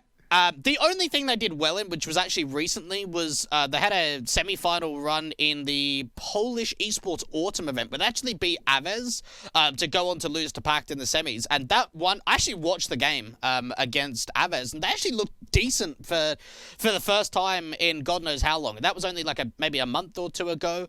But yeah, look, really, they haven't done a lot. It's as simple as that. My number one most disappointing team of the year has got to be Contact. I mentioned a lot about it in the last award when it came to the roster moves. You think of the players they've got in this team. Now, I want to take you back to 2019, some of the events. They won DreamHack Open Rotterdam. They came second at Seville. They came top 4 in DreamHack Open Winter and Atlanta. So you've got 4 DreamHack events that they're at least placing top 4. They're a top 20 team in the world. How much money in prize money do you reckon they won this year? Give me an estimate. Contact 2020, how much money did they win? Let alone, they played in Tier 2 events, they played in Flashpoint. Give me a bit of an idea on how much money they won. I don't think... I'm trying to think, because it's like, did they actually even get into the money zone of any of these tournaments? Like, probably like maybe 10 grand at best? $1,500. This year! Holy shit, that's bad. Okay. And that came from last place at DreamHack Masters Winter. They got money for coming last. What? Like, come on. Oh my goodness. That's unheard of. A team to win $1,000 of this caliber. You've got Esperanto, Otto, Emmy, Ships, Letney, Smooya, Spinks, Rickon, Snappy, DGL, Neil M. I mean, come on. Come on. I even remember back to an interview to start Flashpoint 2 off where Neil M was sitting there talking to Freya. Now, if you talk the talk, you've got to walk the walk. And it's as simple as that. He said that they've got one of the easiest groups in Flashpoint. They should come first in their group, and they're going to upset teams. They came last. They didn't even win a best of 3. And you look at this roster and think, geez, imagine Contact, an organization that are involved in the Call of Duty League, which is franchised. They're in the franchise of Flashpoint, and they've won $1,500. Whoa! Nice one. I mean, it's when you say that, it starts to make me think about Envy, because, like, that's the reason why I feel like they don't give a shit about Counter-Strike, because they're also in the same franchise leagues. The only reason why they're in Counter-Strike is because they've got a franchise with Flashpoint. They've also got some franchises in Call of Duty and fucking Overwatch. Yeah, that sounds about right. I don't know if they have one in League of Legends. They may or may not. Could do something like that. Yeah. But it's like, you know, you think about like, you know, just shit like that. You take a look at them and it's like, oh god, Counter-Strike really isn't a top tier team. But you know what? Now that you mentioned that, I wish I could change. I'm not going to change my but you're thinking about it now. Like, it's on... It's like, now that you mentioned that, it's like, you know what? Actually, yeah, maybe Contact is the most disappointing team. Like, yeah. Because, like, they were so good last year. And when I saw them going over to the Contact banner, I mean, first of all, don't even talk about the social media presence Contact have, because they have none. I mean, players for, like, months on that team still had crazy banners on their Twitter, and none of them tweet.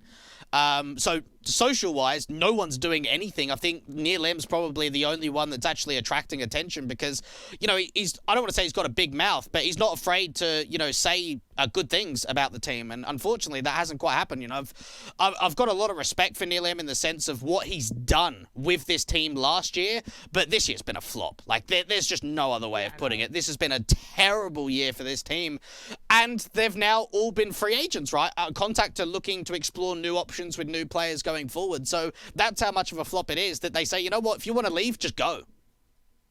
How much of that would you think is on Neil M's head then? Like, you know, do you think that that's just that's down to him not managing the team correctly, or do you think I don't know, a sort of rooted thing, or do you I think it it's is down to the players themselves? Yeah, like, look, Neil M is a player that at least a coach, I should say, that's very emotional based, and maybe being online hasn't helped. I know that on LAN when he was behind the Greyhound guys, and even when he was behind Crazy, you know, bringing a lot of hype and a lot of emotion is certainly a big positive thing that probably doesn't come out as well online. But I don't know who you point the finger at when you've got so many star players that have come and gone in this lineup with 2 coaches. you expect more. And I don't want to blame anyone individually, but the first person you've got to look at is the coach and the in-game leader. You always look at those two players when a lineup's not working. And yeah, look, for me, they're just the most disappointing team this entire year. They didn't even win a single event. They really struggled in the Tier 2 Cups. Like, in the loot bets and 9-to-5s, you expect them to win. Like, you expect them to at least get semi-finals.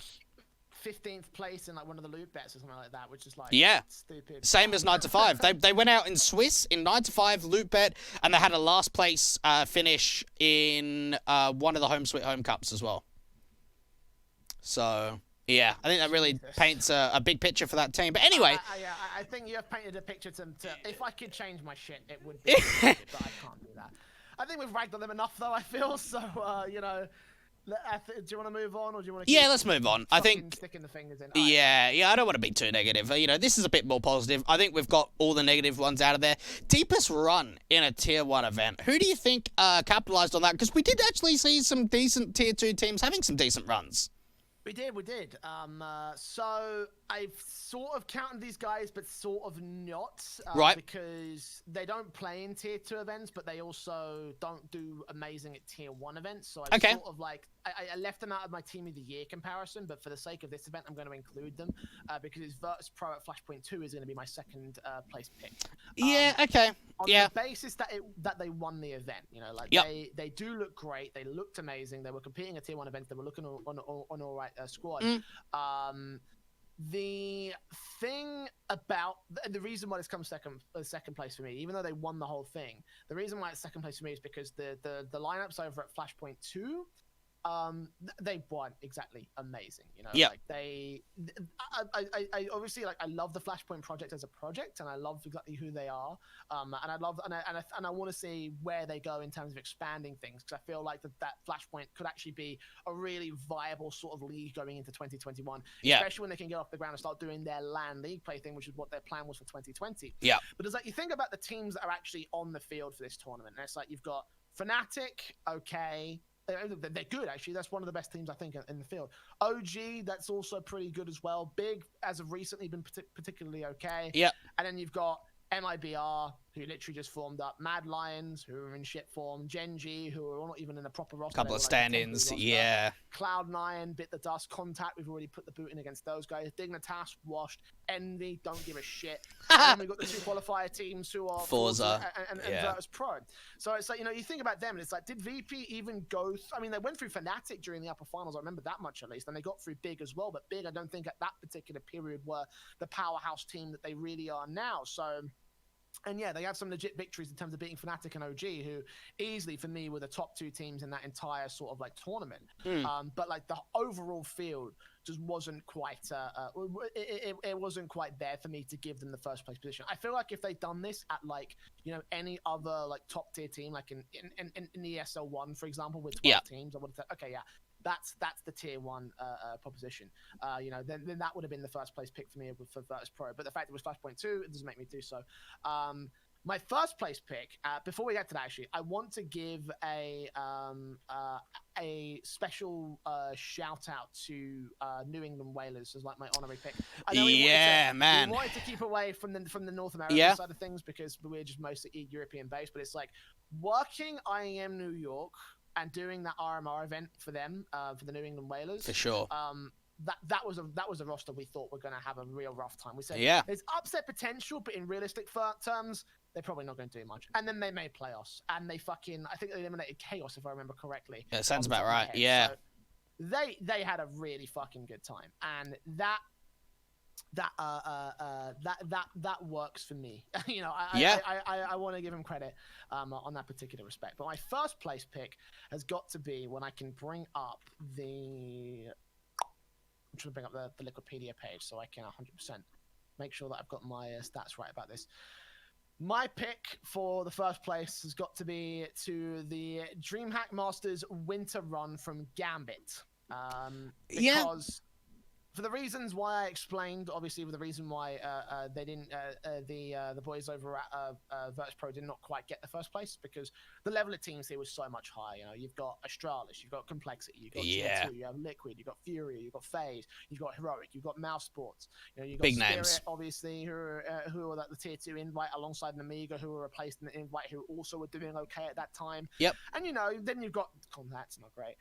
Godsend also a bit. Cloud9, who really flopped in this particular event. But it's like, you've got to think about the results as well from Gambit. It's like, not only are they up against good teams, they smashed the shit out of Cloud9, they smashed the shit out of Complexity in their group, and then they made it into the playoffs because of that.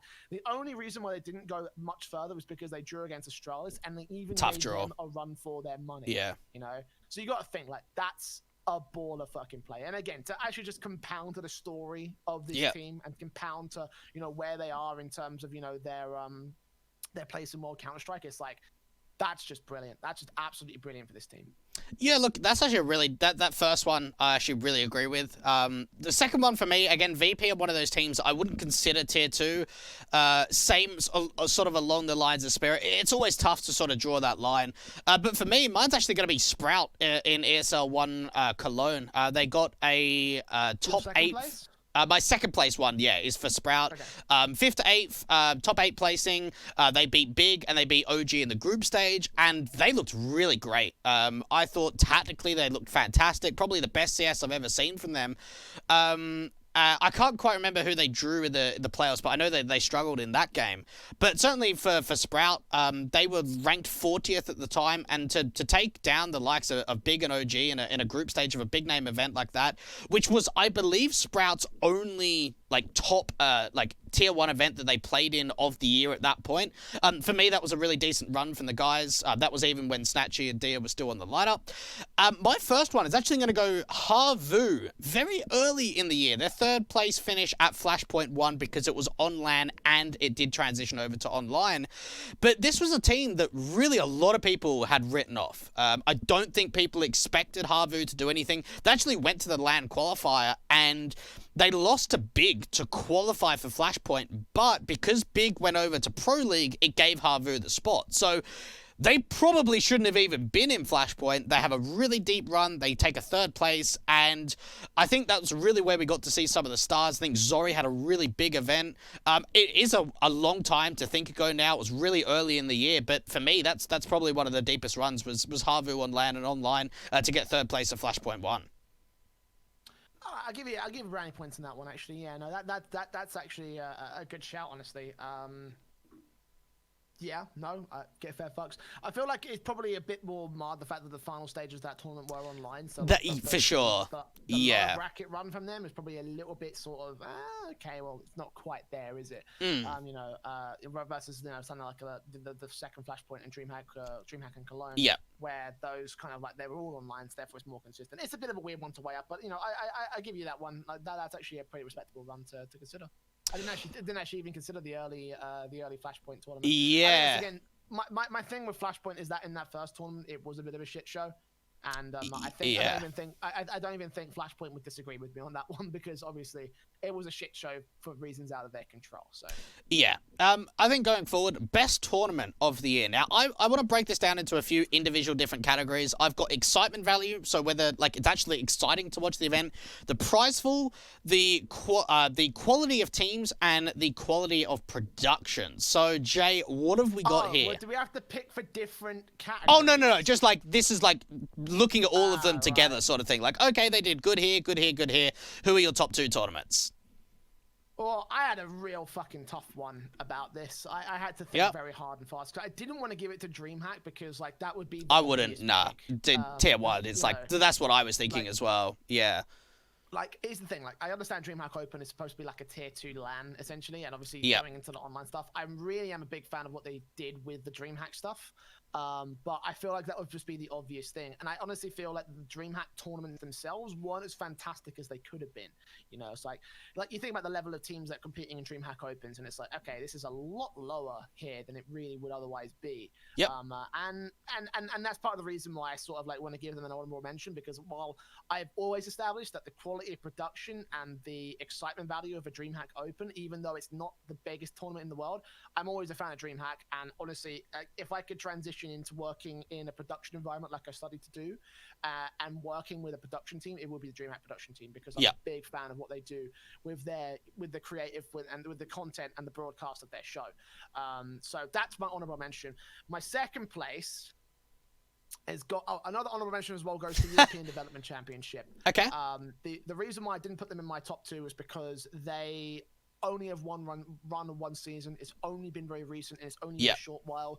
I will say the production value of that is also fantastic. I think the guys over at Fantasy Expo have done a really good job with what little time they had to work with, especially when it came to like throwing this stuff together. They did a really good job overall. But again, I think going into next year, that might be more of a consideration once they've played out a few more seasons. For sure. A few more to come. But with that being said, my second place pick is going to be Malta Vibes on their part. 10-week tournament, a lot of money given away, plus the boot camp prize pools, which I'm pretty sure none of which have been used at this stage. Yeah, probably so. Go to Malta at this stage. I think Malta Vibes is an interesting concept. I did feel like towards the end of it, though, it got a little bit repetitive because it was just like it kind of just repeated itself over and over again. You started to see patterns developing, and I feel like a lot of teams didn't really take it all too seriously when it came down to it, especially once they had already won one. It was like, okay, well, now we're just playing for the prize money at that stage. Yeah. And, you know, I think it's an interesting concept. I think they pulled it off well. But for me, my first place has got to go. And obviously, full bias in total, because we worked both these tournaments. But my first place has got to go to 9 to 5. Yeah. Because it was a unique way to deliver a lot of matches in a short space of time, whilst also providing a shit ton of money. I think, what was it, total like 300,000 for the first 4, and then they had 3 more after that. So it was like 50k per event, so 350k for all 7 of them combined. 350k. Okay, so there's a lot of money basically being given away. So there was so they gave away about $350,000 over the course of those, it's a lot. cups. And as well as that, you know, the tournament organizers were involved in other tournaments as well. So like, you know, 9 to 5 for me has got to be the biggest one, because as well as that, I think it was taken a little bit more seriously by a lot of the teams. It had a lot more representation from the top end teams as well. Like we saw like Cloud9 come down. We saw MIBR come down and play in the tournament. Like it was a lot more seriously considered, I think, by a lot of squads, you know. And for that reason, that's why I take a look at that and think that's going to be my that's my pick. Yeah, look, obviously, again, a little bit biased considering we work the event, but I try to stay away from Malta Vibes and Home Sweet Home because, again, being on a week format, it's like it's a different... I categorize it as a different tournament every week. Even though it's the same, it's only like a $40,000 prize pool, or it's only a $30,000 prize pool. So for me, I've stayed away from those kind of things. I think if you did it as a whole, like if you did all of Malta Vibes or all of Home Sweet Home or whatever it may be, you could certainly have a much better... That's why I didn't pick a specific cup. I just went all the Malta See, Vibes, I did. Yeah. So, look, for my second one, I'm actually going to go with Legend Series Season 6. The reason I've gone with that, I thought it was a very quick event in the sense that it was GSL group stage and single elimination playoffs with best of 5s as well, which is kind of nice to see considering we don't see them all too often in Tier 2 CS.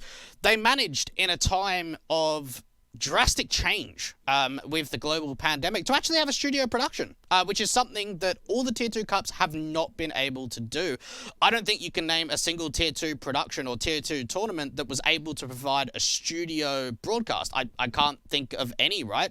I mean, except us, but you know. Well, the only one... We don't count. The only one I'm thinking of is Hellcase, but I'm going to put that aside because I didn't think the prize pool was too great for that event and the level of teams. And maybe for like the Russian languages, like for maybe like your UCC and your Cyberbets and Lootbets and what have you, maybe they had studio productions. But for English coverage, we only saw 2 events this year having studio coverage, which was Hellcase and Legend Series.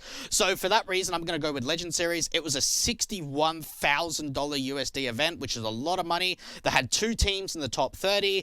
They had 8 teams outside of the like plus 60, like 60th and beyond. So they're giving a bit of a chance for some of the lesser known teams. I think they had like a QOS there, like a Spanish team that not a lot of people had heard of. So certainly for second, I'm going to go with Legend Series. Number 1, I'm going to go with 9 to 5 7 in particular. And the reason for that is, think about the additions that 9 to 5 added to their broadcast. We started getting face cams into the broadcast. We started to get better levels of teams. We had 5 teams in the top 30 being involved in 9 to 5 7. We had 15 teams that were ranked 60 and above. And I think what's really great here is the format for 9 to 5. Having a group stage, you get all what you want to say, the shit teams, right? The teams that aren't at the top end of tier 2. You get your teams like Dusty, your Level Up, your Saints, your big academies. You get teams that don't get a lot of opportunities, and they've got an opportunity to go not only through group stage, but Swiss stage and playoffs if they can go that far ahead. $50,000 prize pool. It was the first time we've seen Cloud9, a big name team, in a tier 2 event as well. So looking at tournaments as singular, I'm going to go 9 to 5 7 for the best tournament of the year. Okay, I'll give you that. I do disagree with the Legend Series thing though. Okay. Because I wasn't a big fan of the production side of it. I did not like the hub that they used. I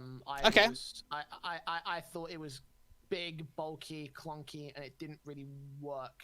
I felt like if they had taken it to an online environment, like if they had done it with something like the 9 to 5 HUD, for example, that probably would have worked better for my money. That's how I would have put that down. And I'm also not a big fan of the studio that they use. I think it's a bit too overly enthusiastic, which is something I'd also give something like WePlay, for example. I'm not a big fan of their studio environments. I think that it can be adapted for Allied, but for Legend Series, like I just wasn't really a big fan of their production, which is why I didn't really consider them. Okay. Good event. I mean, I think if they'd improved in those areas, it probably would have been better. And I obviously I don't really want to be the kind of guy, the caster that ranks on the casters, but I also wasn't a big fan of the casting work either. Yeah. Again, though, like, how do you do that though? Like, it's very difficult to get international people to fly out, especially in a pandemic, right? Like, it's based in Germany though, so I can think of maybe getting probably Debu in, for example. That probably would have been an option. Maybe getting someone like Burn Sanctuary, for example, who's also based in Germany. I thought that's already, I feel like, a good combination of probably better casters. I don't want to rank too much on the casting because that's just really okay. I think that it could have been a bit more improved and a bit more better on that respect. And again, that's not the only issue. If that was the only issue, then I would have given it first place. But alas. Yeah, no, like, again, the one big bonus for me was certainly the prize pool, the level of teams, and that they actually had a studio production. A lot of the Tier 2 Cups at the moment, I feel like in terms of production, they're working with what they've got, and they've been very good, but no one's been able to do that. So for that reason, they're in for my second place. And I think for 9 to 5 as well, like, I think it's been a pleasure of a series to be able to work with. I think there's been so much movement in terms of more things being added to the broadcast and the level of teams as well. Like you mentioned, Cloud9 being in the playoffs. I mean, everyone wants to see a big name like that playing in a Tier 2 Cup, and they're able to pull it off. Yeah. There you go then. Right. So, it kind of leads into the same. I'm going to go best tournament organizer of the year. Now, I'm guessing it's probably going to come down to probably some of the tournaments we've mentioned just before, but who have you got for these two couple of nominations? Well, I've got the respective tournament organisers that put on the best tournaments over the year. So it makes sense. Second place, Eden Esports, because they did second place Multi Vibes, and first place Relog Media because they did first place 9 to 5. Yep. Shout out to Relog Media especially, by the way, because like the reason why they go head and shoulders above the rest of them is because they were also the production team behind Home Sweet Home as well. They weren't the official organizer. Yeah. They were also the production team, but were behind Multi Vibes, even though Eden were the guys that were doing most of the adminning and such. So like for Relog easily, like when it come down to how they were doing so many different things at once, like they're also really talented, really cool guys. For me, TO of the year has got to be Relog. Yeah, I've got the exact same 1 and 2. Certainly for Eden, like it's a bit difficult, right? Because you've got sort of your organizer and then your production that are kind of different, but they're working together. So for Eden, obviously they did Multi Vibes, and then they did European Development Championship, but then Fantasy Expo was kind of doing it as well. So I just had Eden as a second one. I thought they've done some really good tournaments this year. I think their graphics have been fantastic over the course of the tournaments they've done. That's probably been one of the biggest elements from them, is some of the assets that they've used to really make the broadcast come to life. And yeah, I've got Relog Media /Grid, right, in the sense that Grid was the tournament organizer for Night to 5, or for Home Sweet Home, but then Relog did the production, but then Grid were a sponsor for Night to 5, and then Relog were doing the TO part of it. So I just had Relog kind of slash Grid, like, between them two. But yeah, like, Relog have done such a great job this year. They've really exploded out on the Tier 2 scene, not only in the tournaments they've done, but how much work has actually got into doing a 10-week program for Home Sweet Home, an 8-week program for Malta Vibes, and then 7 cups for Night to 5. That's a shit ton of work. Yeah, absolutely. There's a lot of work that went behind those tournaments. So, like, you know, shout out to Relog Media. Yeah. I was saving Grid for later though. So okay, all right. We'll get into that a little bit later. Best kit slash jersey of the year. Now I know this gets talked a lot about, like in football and traditional sports and what have you. Who have you got in terms of the esports scene when it comes to CS? So I'm a big fan of second place. I'm a big fan of Windstrike's jersey. You know what? I like that one too, actually, but I haven't got it. Yeah. I mean, here's the thing, right? This is all subjective, and the only way I can describe my explanation to why I picked these is because I just like them. Yeah. So there's not much thought that's gone behind these, but yeah, Windstrike is my second place. But I think that Forza's one is particularly good. Like I love what's going on there. So like that's my second and first place for best kit stroke jersey of the year for Tier 2 teams. You know what? I'm gonna go with Gambit as second. I love the polo shirts. You've got what? Gambit, Apex, and SG Pro, that I think are the only 3 Tier 2 teams I can think of that have got polo shirts. I love the Gambit jersey. You know, they've got the red color for the sponsor, the collar, the logo. I think just looks really clean. I like the polo shirts too. And I'm going to go with Pact, actually, for my number 1 pick. Now, I think it's really clean. It's just a simple black jersey. They've got some white sponsors. The one thing that I really like, though, is that when you've got face cams on some of the players for a production, especially at the Tier 2 level. Now, Tier 1, you know, I would say the majority of the audience knows, oh, you know, that's Woxic, or oh, that's Flusher, or you know what I mean? Like, you see the face and you know. In Tier 2, that's not so much. They have the aliases of the players on their shoulder. So when you see them on a face cam or in any kind of webcam scenario for an event that are showing cameras of the players, you know who the player is on camera. I really like that from Pact. I think it's a lot of initiative, not only for a LAN and an online environment, but for that reason alone, I'm going to go with Pact as my number 1 pick. Fair play. I can't debate that. Can't debate it at all. Right. Last award, Jay, the 16th award of the night, the best sponsor of the year. Now, we've seen a lot of sponsors come in and out of Tier 2. Some have stayed around for a little bit longer. Some have had stints here or there. Who are your 2 picks for the best sponsor? So my second place is Gaming Malta. I hope Gaming Excellence, as they will ask us to plug every time we do their fucking events. These guys, I mean, not only are they providing prize pools and actually like funding tournaments, but they're also, during Malta Vibes especially, they were giving away boot camps. And I think they're doing the same thing for EDC, if I remember correctly. They are. So, you know, they're doing a lot more than just giving away straight prize money. They're also giving options for people to... They're also giving away options to for people to, like, you know, develop their teams, develop their rosters, etc. You know, through boot camps. The reason why I put them second, obviously, is because they've given these prizes at a time where you can't exactly do boot camps. Yeah. So, it's not exactly all that easy for people just to up and move into Malta, especially when Malta itself, I think, is one of the most locked down countries. I think for sure. In Europe, at the very least. So it was a bit mistimed on that respect. Hopefully those will be used up very quickly and very you know, as soon as possible once they come in. But you know, it's a unique idea. And again, if 2020 wasn't as terrible as it was, I probably would have put them up at first place. Yeah. My first place pick though has got to be Grid.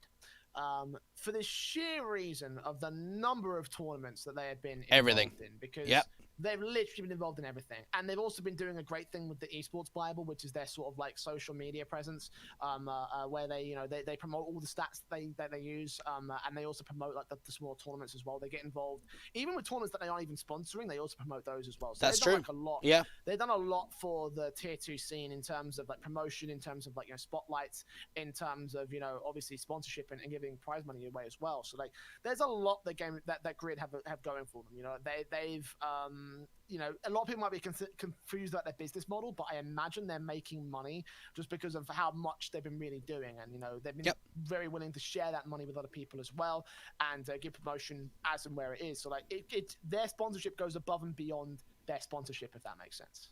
Yeah, look, I've actually got the same names in different order. I've got Grid up as second. I think the support to the grassroots scene has been incredible. In Tier 2, like, a lot of the time you see some of these, like, big name sponsors just getting involved in Pro League or Flashpoint or Dreadmax and IEMs. No, they're being heavily involved in the Tier 2 scene. And they've actually been involved in charity events too. Earlier in the year, Grid did a charity event with Godsent, where I think it was focused in on fighting childhood cancer. And then they had one very recently where Scriv and Veracity were doing the casting for it. It was like a 2v2 wingman event that was focusing on raising money for mental health awareness. So it's great to see that they've actually, you know, taken the initiative to get involved into some charity events.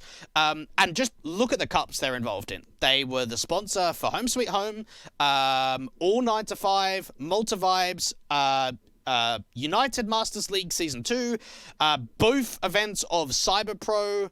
So they've been involved in so many different events. And as well, I think the great little pop-ups that we got in, like, I think 9 to 5, 5, 6, and 7, like the little, like, grid messages that pop up on the broadcast, or this player's got X amount of kills against the other player. And it gives a little bit of a fresh outlook on the broadcast, something a little bit new. So for that reason, I've got them in as second. My first pick is going to be Gaming Malta / Intercontinental Malta. I think the boot camps are one thing that no sponsor offers, right? No sponsor offers the opportunity for a boot camp.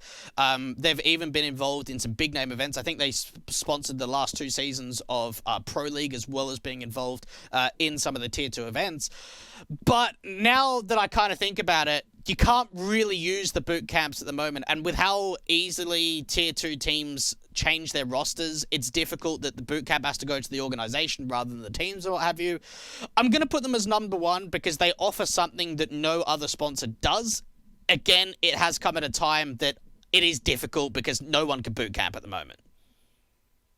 Yeah, I mean, we've definitely listed them in different orders, but for the exact same reasons. So, like, you know, it's definitely a case of priorities, and for me, I feel like Grid ranks a little bit higher for their use case and what they're able to do. So for me, like, I'm all aboard them. I'm hoping that they stick around. It feels like they're going to be sticking around to do a lot more Tier 2 tournaments in the future. Yeah. Gaming Malta have their fingers in both the higher and lower tier divisions. So, you know, I think they're going to be very crucial sponsors moving forward as well. But for me, like, you know, I think that we've definitely got the bases covered for both sides. You know what? I'm actually very surprised over the course of this, like, how many we actually got pretty similar, right? You may maybe we had it in first or second place, but I would say like 20-30% maybe. I mean, I'd have to actually look back to see how many are the same, but like there were actually quite a lot. You give that low number like as if like that's like a high. Well, considering we don't agree on a lot of things, that's pretty decent. But no, I just want to say massive thanks for obviously Jay coming out on an evening that he was probably doing nothing anyway, so I don't suppose I was really wasting his time. But yeah, I mean, you hit the nail right on the head with that one. But anyway, massive thanks for tuning in. I'm going to upload this to YouTube tomorrow, probably get some social graphics out for some of the individual awards. I kind of want to tag the players, maybe not so much in the worst roster move and a worst disappointing team, because I think that might like kick up a bit of a storm. So I might leave that one out of there, but just want to say a massive thanks for tuning in, and hopefully see you in the next piece of content whenever that may come. So until then, we'll see you later. Have a good evening.